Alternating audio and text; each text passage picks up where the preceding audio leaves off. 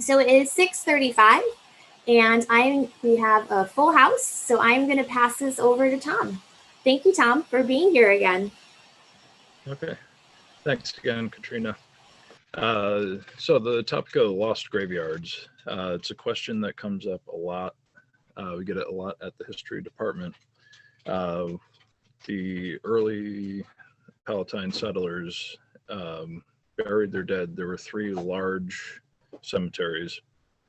2 of them are completely obliterated. We have no signs of them in our landscape at all right now. The 3 cemeteries were Cheviot, the Lutheran Cemetery, and the Reformed Church Cemetery. Now, the church cemeteries were down on Sharp's Landing Road. I'm going to mute for a second. There's a train coming.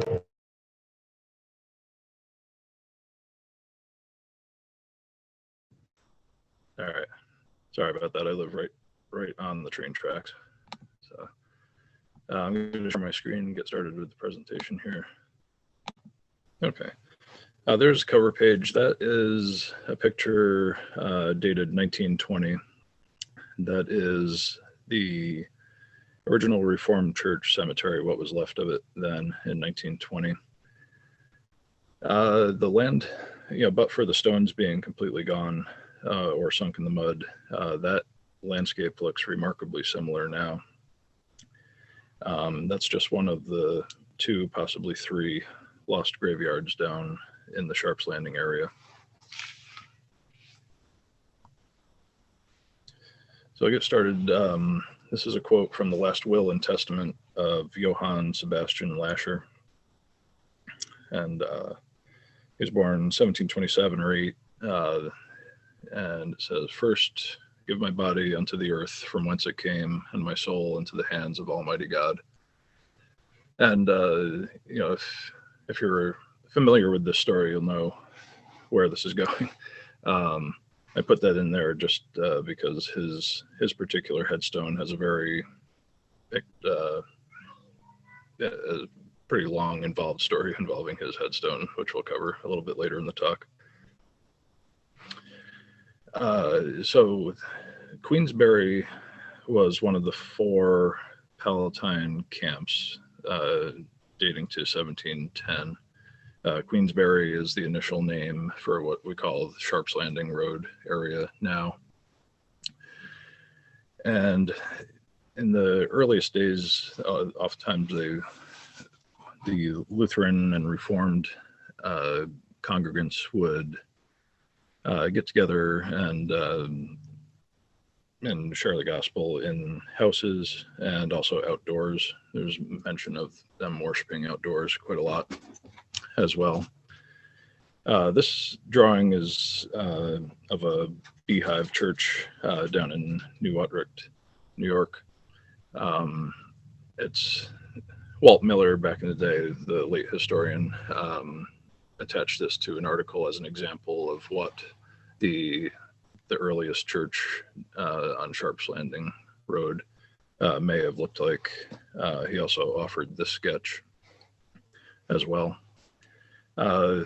It was shared by the Lutheran congregants and people who were adherents of the Reformed faith, so adherents of Martin Luther's doctrines as well as John Calvin's doctrines. And the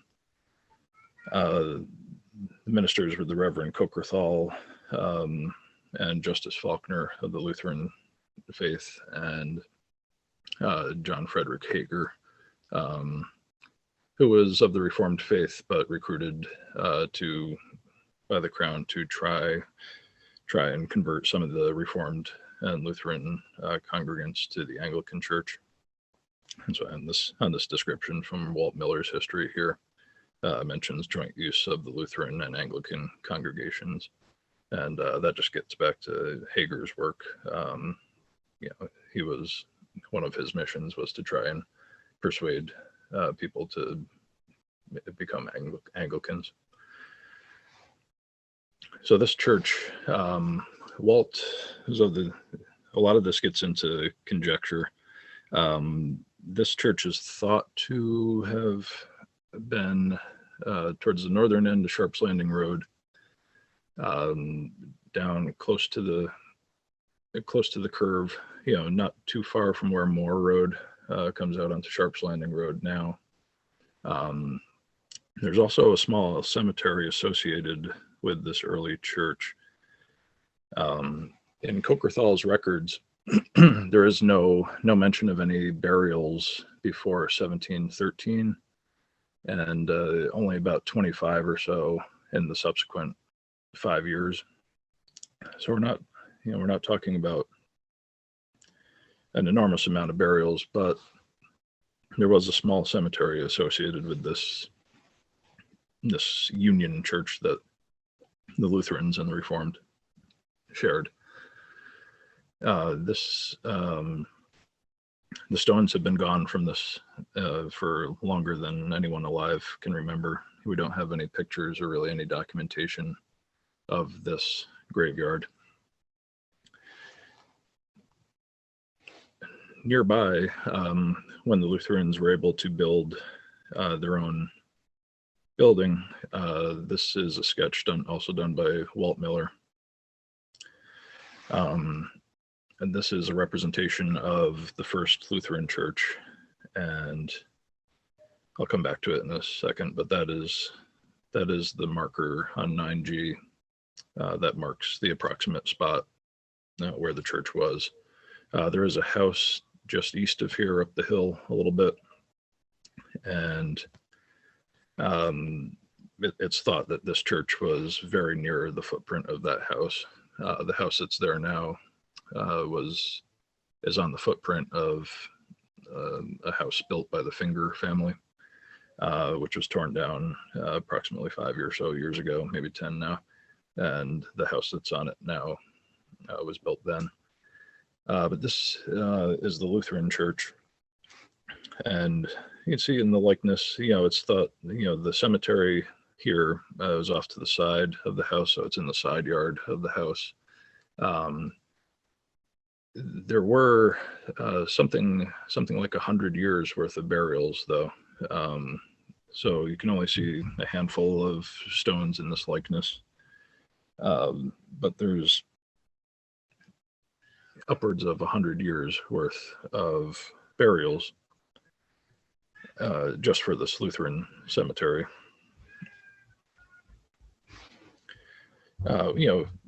So again, it's conjecture, but the size of this cemetery is pretty considerable, I would imagine. Now, back to 9G here. That church is very close to modern 9G. When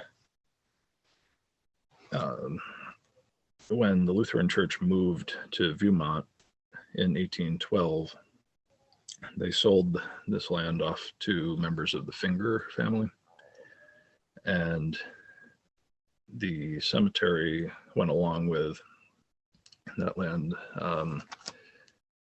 The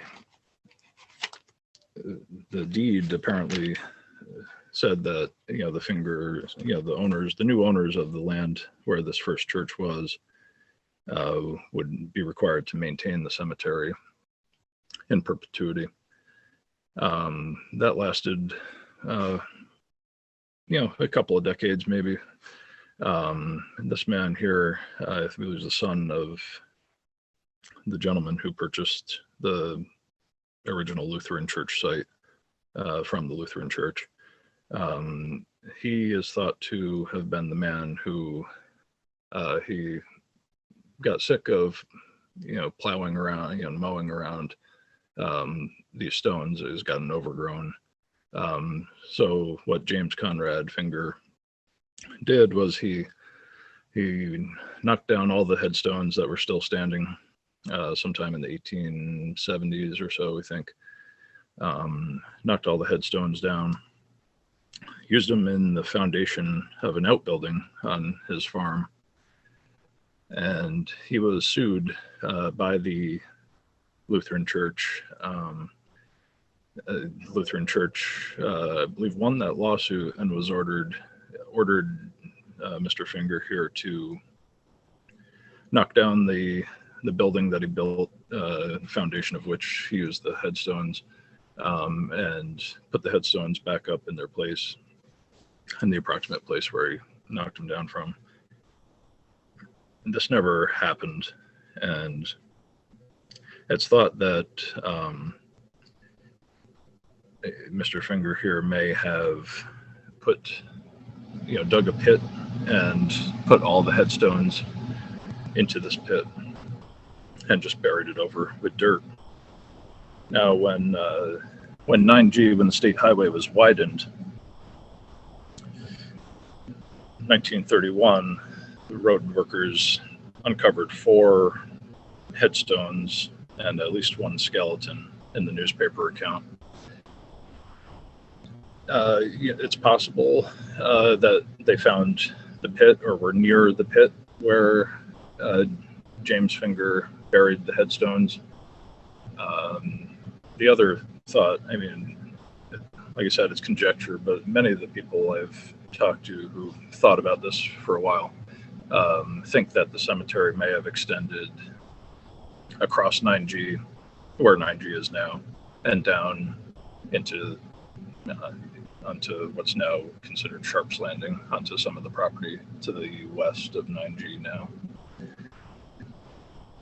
But when the road was widened, yes, they did find 4 headstones. And then in a book called The World of Justice Faulkner by Delbert Clark, written a decade and a half later, he mentioned a few years ago when the road on the east side of the glebe, church land, was rebuilt, the excavation brought to light many of the forgotten dead who had lain undisturbed for nearly 2 centuries.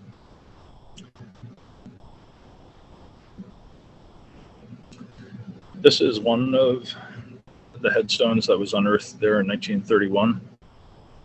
This is the headstone of James Carroll, passed away October 1767.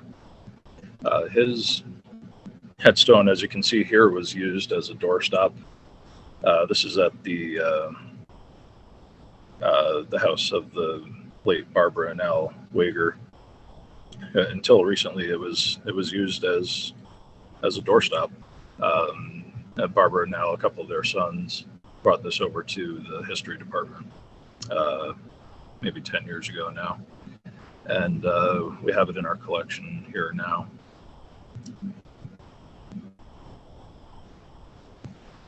And the other, this gets back to, at the beginning of the presentation, I shared the last will and testament of Johann Sebastian Lasher. This is the gentleman's headstone right now. His was one of the headstones that was found when 9G was widened in 1931. And it wound up in the possession of one of his descendants, Dr. Willis Lasher, who's a prominent doctor in Germantown. A very well-known, bit of a Renaissance man, and wound up in his possession, and it ended up being built into the chimney of a house built by him or one of his descendants. It's a house out on Church Avenue, not too far from the Conrad Lasher farm, the original house of which still stands.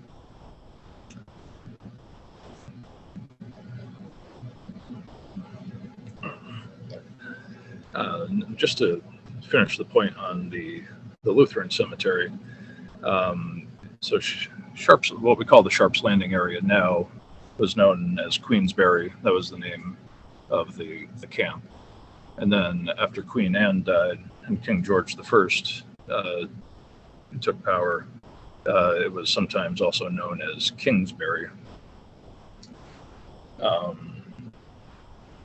And the reason why that area kind of declined in importance in the late 1700s and early 1800s, there were 2 landings, possibly. There was definitely Sharp's Landing. There was also a man named John Courts who had a store at Sharp's Landing and also quite a bit inland near Eastern Parkway and Route 8 now. So it was a very busy commercial place in the middle 1700s. Starts to decline some in the late 1700s, early 1800s. One family that was very heavily associated with the Lutheran Church were the Lashers. And Conrad Lasher, as I mentioned before, he had a large farm, large homestead established near the S curve in Church Avenue. And after he established that farm out there, many of his family and much of the Lutheran flock were located, some miles from the original Lutheran church in Queensbury. So in 1812, when the Lutherans moved out there, the decision is made based on the condition of their original church and also the fact that so many of their congregants now lived close to the southern border of Germantown with Claremont. And as it applies to the Reformed Church, the Reformed Church moves up to the hill where the current cemetery is in 1814, just a couple of years after the Lutherans move. And that move is one of the families that's strongly associated with the Reformed faith is the Rockefellers. Many of the Rockefellers lived and developed homesteads and farms along Main Street as well as Lower Main Street. So in a sense, the Reformed Church was also moving closer to their, one of their big anchor families among the congregation.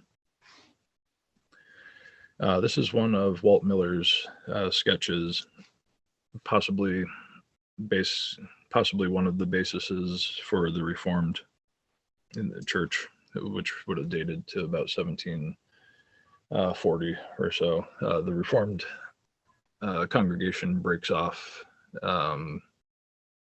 gets their own minister finally in 1728, Reverend Van Driesen of the Dutch Reformed Church comes to minister to the Reformed in Germantown. This is a possible likeness of the Reformed church. We do know it was painted red for most of its life. This is down close to the southern curve of Sharp's Landing. I'll show a tax map here in a moment. This is another possible likeness that Walt drew. So if you're looking, 9G, current 9G is probably somewhere in here, and then the hills just east of 9G are in the background here. There's a little bit of conjecture as to, we don't have as good a grasp on the exact site of the Reformed Church as we do with the Lutheran Church.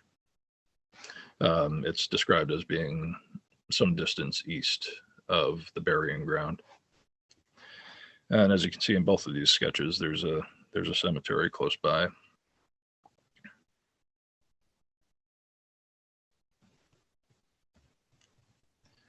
Now here's a modern tax map. We're looking at 9G here off to the right of the picture. We have Sharp's Landing Road curving through the middle of the picture here. Sharp's Landing road extension going off here to the left.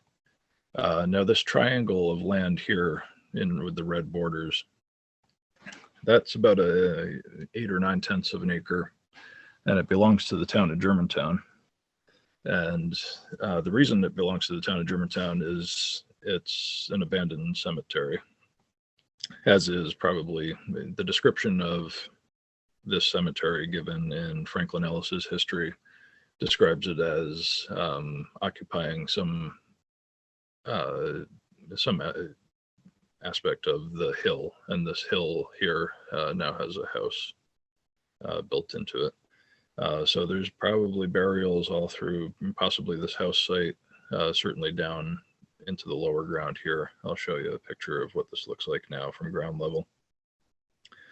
The church, it's one of our parlor games at the history department. Maybe it's here, maybe it was here, maybe it was here, maybe it was Walt in the driving tour Walt Miller put together in the 1970s.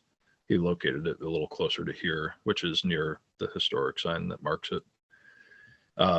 Nonetheless, the cemetery that picture from 1920 that I started with, and I'll show again here shortly, almost unmistakably is this piece of land here.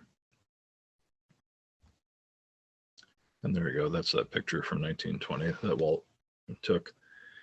You can see the triangle formed by the road, Sharps Landing Road and Sharps Landing Extension are off to the right here. And then the house side, the hill, and then the house site are off to the left of the picture here.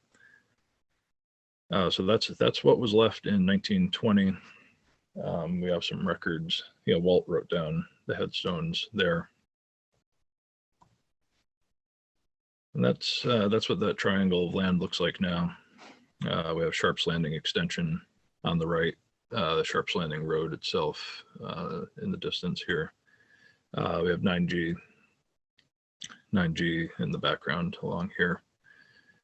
And that's all that's left here. The tax maps indicate that it belongs to the town of Germantown. I believe the nearby homeowner has been maintaining this land for quite a while, possibly decades. The town does not mow this, and most of the people, the people who work at the town now have no knowledge of this even belonging to the town. This is an abandoned cemetery that basically just reverted to municipal ownership.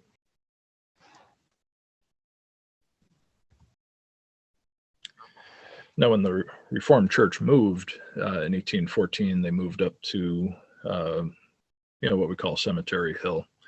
Now, this approximate path of County Route 8, Main Street. Now, nowadays we've got the cemetery, all of this land off to the right is cemetery, and all the land over here on the left is cemetery as well. When the Reformed Church moved, you see the description is Old Reformed Church on the hill.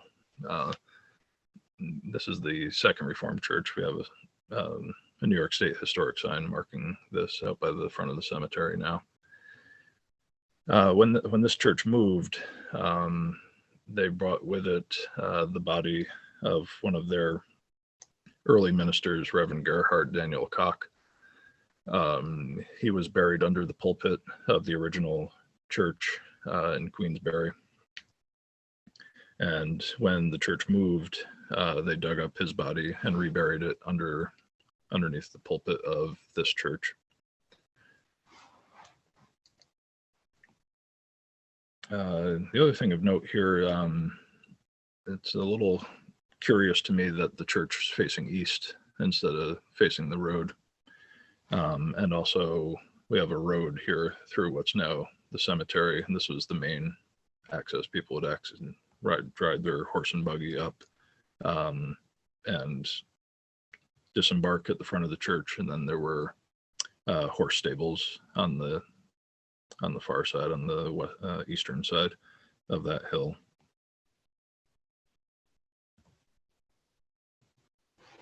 And there's a picture looking at the front of the second Reformed Church. This is all cemetery now, our current cemetery. This church, another minister who preached to the Reformed congregation in the middle 1800s by the name of Brogan Hoff. He was buried underneath this church when he passed away. His body was eventually moved somewhere else. We're not sure where it went, but he's not still buried there. But to the best of anyone's knowledge, the minister, Reverend Garrett Daniel Koch, is still buried in the ground where this church was. Interesting thing about this church, it was dismantled and sold to a farmer in Linlithgow, and it was rebuilt as a barn on that farmer's land.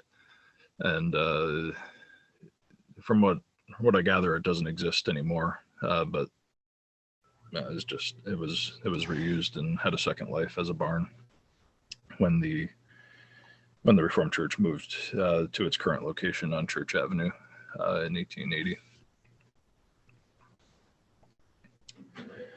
Now this is a stone that we've had at the history department for quite a while, possibly decades. The writing is early colonial German, and I recently sent this picture off to our friends with the Palatines to America and the International German Genealogy Partnership, because I had no hope of translating this on my own. And we don't have a whole lot of information about the person, but we know that they died in the fourth quarter of the year. Then there's a quote from Jacob 1:12, cut off at the bottom, probably because the stone has been broken. This nobody really knows where it came from. It's nobody currently involved in the history department knows the provenance of this stone, but it's thought that it came from one of the Sharps Landing cemeteries, possibly the original Reformed cemetery.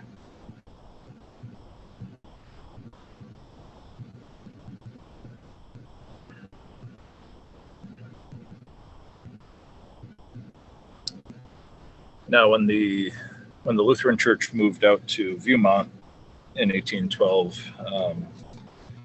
there's a little bit of conjecture as to the location of the initial church they built in 1812.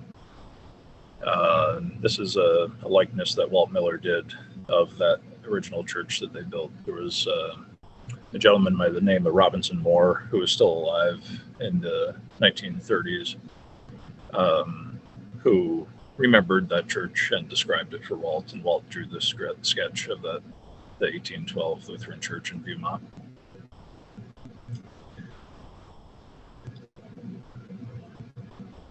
And that's the current Lutheran Church. That dates to, I'm drawing a blank on the date. It's some later in the 1800s, dates to. And as you can see on the right there, there's a cemetery. That's I guess you call it the second Lutheran cemetery after the Queensbury area, Sharps Landing area, Lutheran Cemetery being the first. That one there close to the church being the second Lutheran Church Cemetery. And then there's also what we call the Viewmont Cemetery across Cemetery Road and into the town of Claremont, where Lutheran congregants are buried to this day.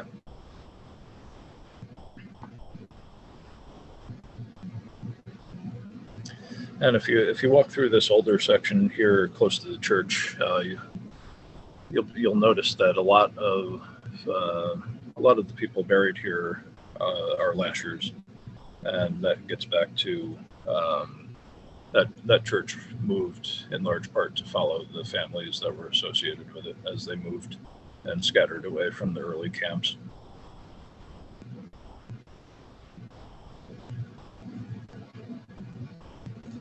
And there's one more look at the current Lutheran church and the second cemetery.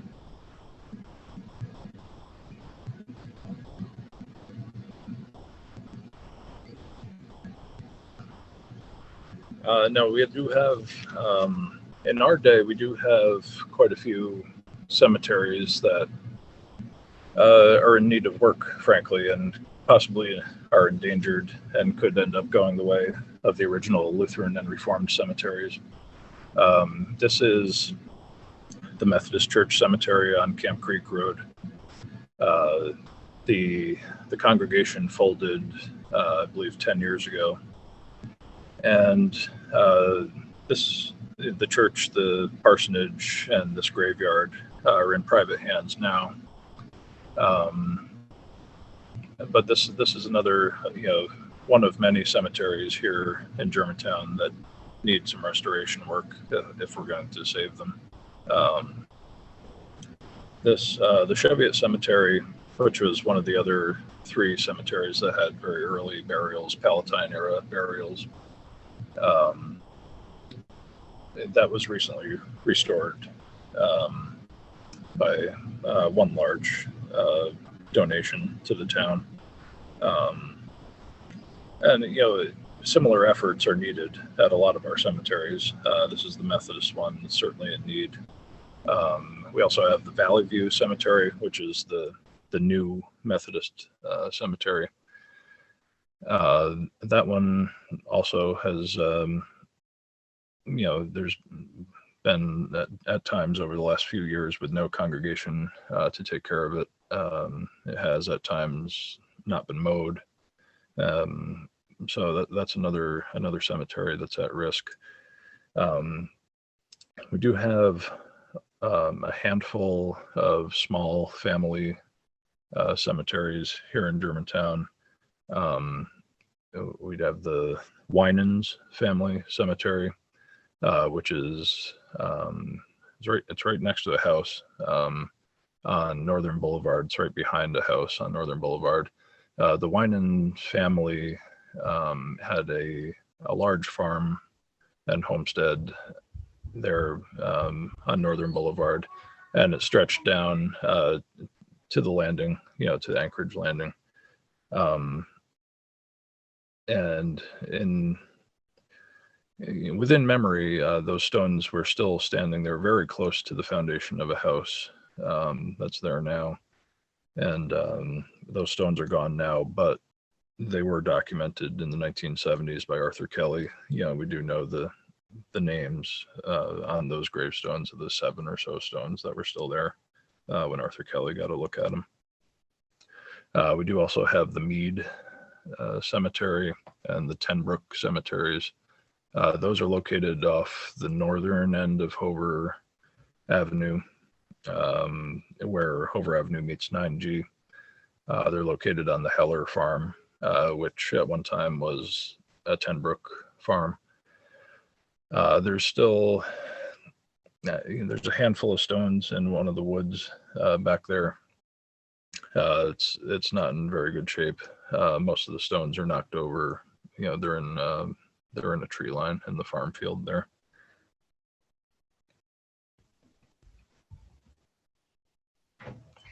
And one other cemetery, not in Germantown proper, but heavily associated with the early Palatines, is the Tarbush Cemetery. The church has been gone for many years.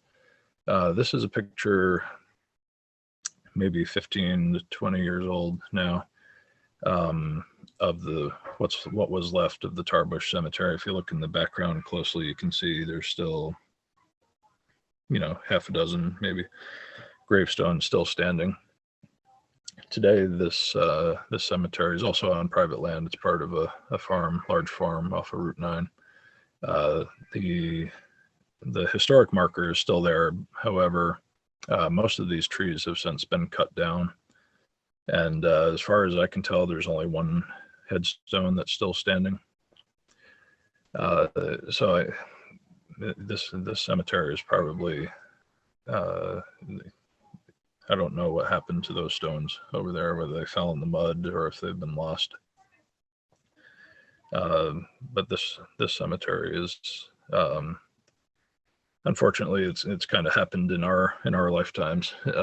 What happened to those original, the Lutheran Cemetery and the Reformed Cemetery down on Sharp's Landing.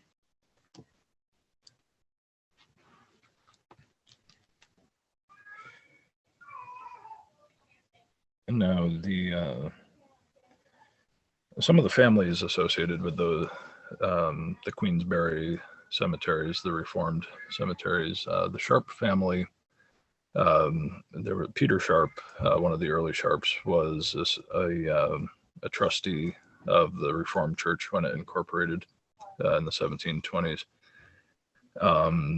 It's thought that the Sharp family, many of the early members of that family are buried in that Reformed cemetery off of Sharp's Landing Road.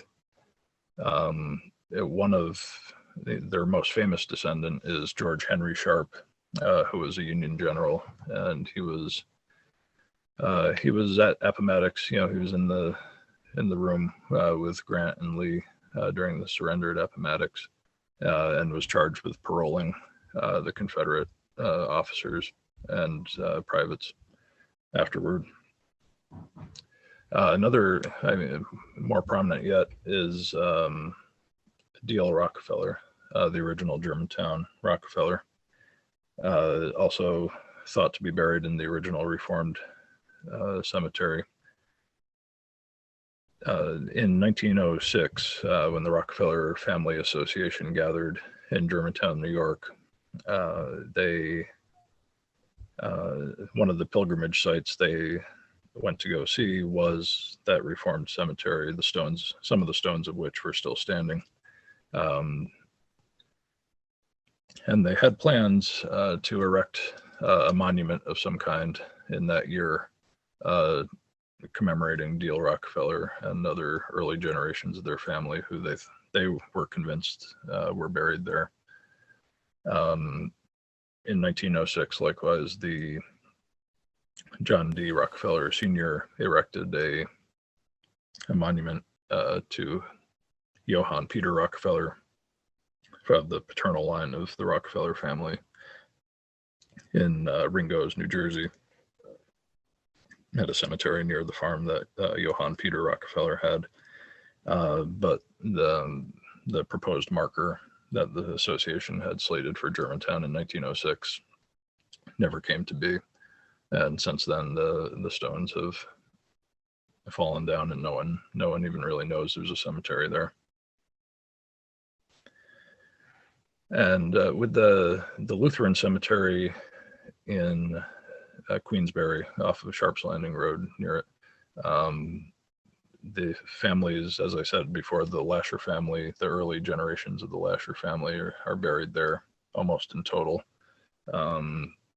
Just that alone would make it a very large graveyard, but we also have the early generations of Finkels, as well as John Quartz, the merchant, heavily associated with the early history of Queensbury and Sharp's Landing. He is thought to be buried there as well. Early generations of the Mickle family are buried there also. All right. Like Katrina said at the beginning, next month I'd like to talk about a kiosk that I'm helping prepare for Rojan Park, which is at Dales Bridge. I'll be writing a little bit about American Indian history in that area, the mills along the Rojan, and also Cheviot Dale, Charles Augustus Dale, and other topics associated with that area. I am giving a talk next week on a similar, about the graveyards, with a little bit more of a genealogy specific focus. If you want, you can email me or reach out to me on Instagram or by email or by phone. And I'll give you the information for that.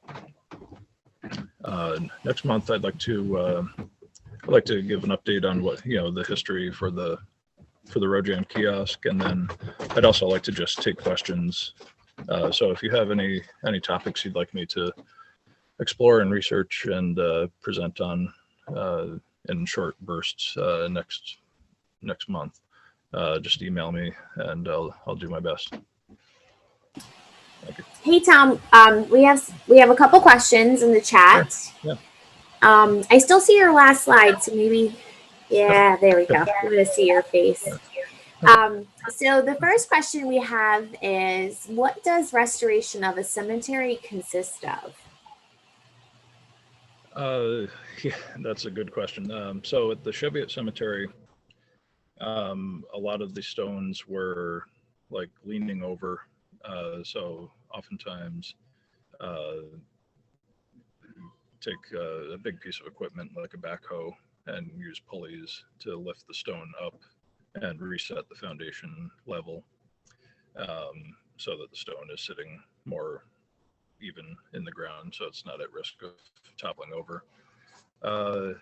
At times in cemeteries like these, there are stones that are buried just an inch or two below the ground. that often turn up, and one of the stones that I featured last month was that of Christoffel Fritz, and his stone, as it turns out, was buried under about an inch of mud, and that was revealed during the Cheviot Cemetery restoration last summer. Oh, you're on mute, Katrina. Oh, so we had a great at the corner of Sharp's Landing. Someone had mentioned something. Oh, my chat moved up on me. Need a pollinator garden there on the grassy triangle. Sure. Let's see. Next. Ideally, I would like a marker similar to the one out in front of the parsonage now, like a stone with a brass plaque, ideally. Something along those lines. Oh, that's great, because that would probably answer a couple other questions. Who was Joanne Deal Rockefeller married to? Or Johanna? Sorry, I'm saying the name wrong. Okay. Deal Rockefeller. I don't have the Rockefeller genealogy in front of me, so that I could answer by email. If somebody wants to email me, I can give them details. Okay, so that was from Susan. So Susan, if you wanted to email Tom a little bit more at the history department, he will definitely get that information for you. Also, some public libraries have the Rockefeller Association books. They published several books in the early 1900s with the full genealogies of the early generations. Oh, great. Thank you. Is there a way for Germantowners to support the restoration, preservation, and research on our cemeteries? It's a budding thing. They can donate, like the gentleman who donated a lot of money to restore the Cheviot Cemetery donated directly to the town. And that worked out because the town does own the Cheviot Cemetery. It's going to be a little trickier with these ones on Sharp's Landing because they do belong to private people. They may or may not want markers on their land. And the Reformed Cemetery one does belong to the town, so that's probably the easiest one to make happen. The Lutheran Cemetery, however, we don't really know the full footprint of it yet. So that's something, we need to try and see if we can figure that out, possibly with the use of ground penetrating radar or other means. And it's likely that cemetery is likely on two different parcels, private parcels with houses right adjacent. And then we also have that detached cemetery associated with the early Beehive Church or Union Church, the church that the Lutherans and Reformed shared. So there's possibly a smaller detached cemetery a little bit further down Sharp's Landing Road as well. A question on the gravestone that you showed was given to Elaine Lipschitz by someone who lived in the area near the Lutheran Cemetery along Route 9G. I think the early 1980s, and then she gave it to the history department. Okay. Yeah, that makes sense. And do we know what kind of stone the old Palatine marker with the verse from Joshua was carved in? Just field stone or? That I don't know. I mean, it's held up pretty well, but those, like I said, those, if it did in fact come from the Lutheran Cemetery, those stones were all knocked down and used in the foundation. Sometime in the 1870s. So it hasn't been subjected to weather for quite a while now. I don't know. I don't know what kind of stone it's made out of, but I could potentially ask an expert and find out. I wonder if Professor Linder would know that. Yeah, maybe. So I did put Tom's email address in there because someone did ask for that. So that's germantownhistory@gmail.com. Yep. And then we had someone that noticed many headstones similar to the early colonial German stones in Germantown around the Hudson Valley. Rhinebeck has a few in the cemetery next to Rug Subaru. And that was just some additional information. That is all the questions that I do have right now. If anybody wanted to come off chat and ask a question too, if you're off your screen, if you're not familiar with chat, we can take some questions that way as well.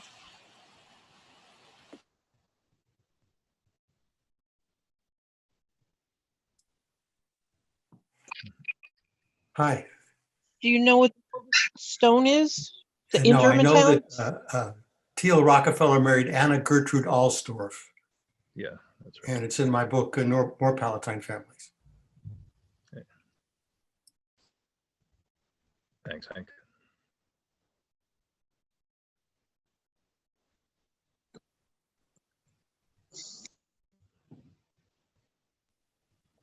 Hi, people. Sorry, I took my video off. I was eating popcorn for this fun evening activity.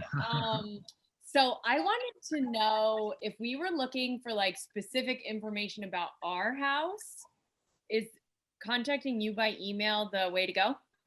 Yeah, certainly. Yeah, if you want to know more, if you have a historic house and Yeah. you want to know more, yeah, just send me the details. If you have any documents that you found up in the attic or anything, yeah, just let me know, and I'll do my best to give you some context.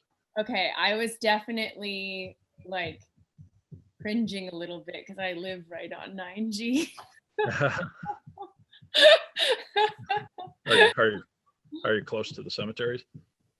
I think so. And I definitely like, it's funny because I wanted to say like, who in this audience of 49 people, I know there's like 50 or 60, like experiences some paranormal activity in their house. Because I was listening to your voice and I was like, okay, this guy, does he believe that there's some hauntings, So yeah, I just wanted, I know my house is from like 1805 or something like this. And I've been curious. Okay. Yeah, well, I've got an old house too, and I have the same thoughts oftentimes. Thank you. Thanks so much. Yeah, just email me the information about your house, and I'll do my best. Awesome. Thank you. We had one additional question pop in for the chat. It says, why were granite monolith not used, I'm not sure what to call them, barriers and chains put up along the edges of the Cheviot Cemetery? Would that have historically been done? I doubt it. I don't know. It's definitely not something that the Palatines would have done in the 18th century. It's their it's the donor. The donor wanted it to look like that, and no one else was willing to restore the cemetery. The cemetery was in pretty sorry shape. Just a year ago. It looks pretty good now. I don't know how much planning went into that, or if it was just the way the donor wanted it to look.